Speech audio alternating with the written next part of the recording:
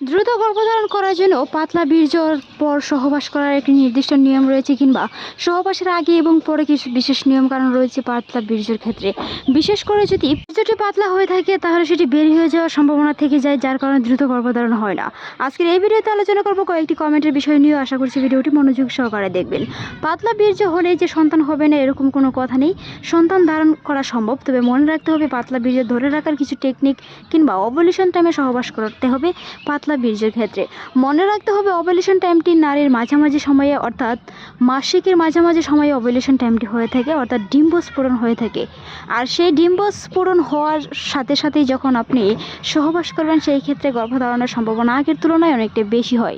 বিশেষজ্ঞরা বলে থাকেন বীর্য পাতলা হলে যে সন্তান হবে না তা নয়, সন্তান ধারণের মূল চাবিকাঠি হলে বীর্যের ঘনত্ব নয়, বরং তাতে উপস্থিতি শুক্রাণুর উপর নির্ভর করে। শুক্রাণুর গঠন এবং সচ্ছলতা কিছুটা পাতলা বীর্য হলেও সন্তান নেওয়ার জন্য এই পদক্ষেপগুলো অনুসরণ করতে হবে। তারই মধ্যে বিশেষ কিছু পদক্ষেপ হলো ওভুলেশন টাইম। একটু আগে আলোচনা করা হচ্ছে যাদের নিয়মিত মাসিক তাদের ক্ষেত্রে 13তম দিন থেকে 18তম দিনের ভিতরেই ডিম্বস্ফোরণ হয়ে থাকে, অর্থাৎ নারীর ডিম্বাশয় থেকে একটি প্রতি মাসে ডিম বের হয়, আর সেই ডিমের সাথে যখন শুক্রাণু নিষিদ্ধ হয় তখনই গর্ভধারণ সম্ভব হয়ে থাকে। মনে রাখতে হবে দ্রুত গর্ভধারণ করার জন্য মাসিক চক্রটি হিসাব রাখতে হবে, এমনকি সহবাসের দিন শনাক্ত করতে হবে। মনে রাখতে হবে একদিন পরপর সহবাস করলে তাতে বীর্যের ঘনত্ব বাড়ে, এমনকি শুক্রাণুর গতিশীলতা বৃদ্ধি পায়। পুষ্টি সমৃদ্ধ খাবার, পর্যাপ্ত পরিমাণে পানি এবং কুসুম গরম দুধ খাওয়ার চেষ্টা করুন সহবাসের আগে, যেটি আপনার বীর্যের গতিশীলতা বাড়াতে সহায়তা করে, তাছাড়াও বীর্য ঘনত্ব করতেও সহায়তা করে। ওভুলেশনের টাইম হিসাব করে সহবাস করলে আগের তুলনায় গর্ভধারণের সম্ভাবনা অনেকাংশে বেড়ে যায়, যেটি আপনার অন্যান্য দিনের তুলনায় সহবাস করা সেই সময় অন্যরকম, কারণ সহবাসের পরেও কিছু নিয়মকানুন রয়েছে। তারই মধ্যে একটি নিয়ম হচ্ছে কোমরের নিচে একটি বালিশ ব্যবহার করা। কোমরের নিচে একটি বালিশ ব্যবহার করাতে কি হবে, পাতলা বীর্যটি আপনার সহজেই জরায়ুর মাধ্যমে প্রবেশ করতে পারবে, আর ডিম্বাণুকে নিষিদ্ধ করে গর্ভধারণ সম্ভব হবে। তাছাড়াও যদি আপনি ওভুলেশন টাইমটি গণনা না করতে পারেন, বাজারে বিভিন্ন ধরনের ওভুলেশন কিট কিনতে পাওয়া যায়, সেগুলো ব্যবহার করে দেখতে পারেন ওভুলেশন বা ডিম্বস্ফোরণ হয়েছে কিনা।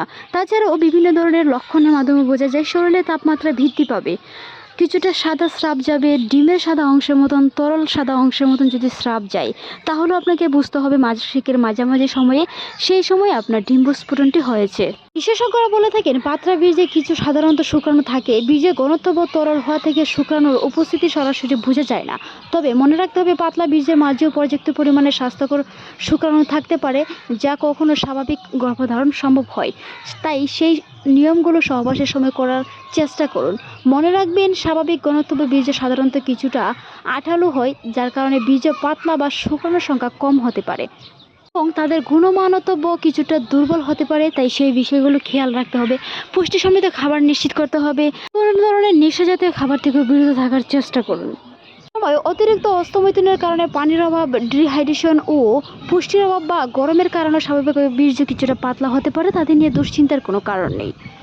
সময় বিশেষজ্ঞরা বলে থাকে ওজন নিয়ন্ত্রণ করার জন্য মনে রাখতে হবে অতিরিক্ত ওজনের কারণে হরমোনের ভারসাম্য নষ্ট হয়। তাই নিয়মিত ব্যায়াম ও সুস্থ ওজন বজায় রাখার চেষ্টা করুন। ধূমপান থেকে এড়িয়ে চলুন। পুষ্টি সমৃদ্ধ খাবার, ভিটামিন ও ড্রিঙ্কস ও ভিটামিন সি সমৃদ্ধ খাবার খাওয়ার চেষ্টা করুন, যেমন ডিম, সামুদ্রিক মাছ, বাদাম, কুমড়োর বীজ, ডাল এবং শুক্রাণুর কার্যকারিতা বাড়াতে সাহায্য করে সেই খাবারগুলো খাওয়ার চেষ্টা করুন। পুরুষ যদি দৈনিক 3 থেকে 4 লিটার পানি পান করে তাহলে তার বীর্যের ঘনত্ব ঠিক থাকে, এমনকি বীর্যের শক্তিশীলতা আগের থেকে অনেকটাই বৃদ্ধি পায়। পর্যাপ্ত পরিমাণে পানি, এই গরমে বিভিন্ন ধরনের পুষ্টি সমৃদ্ধ খাবার থেকেও খাওয়া খুবই গুরুত্বপূর্ণ। তাই পর্যাপ্ত পরিমাণে পানি নারী এবং পুরুষ, মা এবং বাবা উভয়ই গ্রহণ করতে হবে। পাতলা হওয়া নিয়ে দুশ্চিন্তা থেকে বিরত থাকুন। তবে সন্তান গ্রহণের সমস্যা হলে বা দীর্ঘদিন কোনো পরিবর্তন মনে না হলে একজন বিশেষজ্ঞের সাথে পরামর্শ করে নিতে হবে কোনো ধরনের সমস্যা আছে কিনা, কিংবা কোনো ধরনের হারমোনিক সমস্যা আছে কিনা।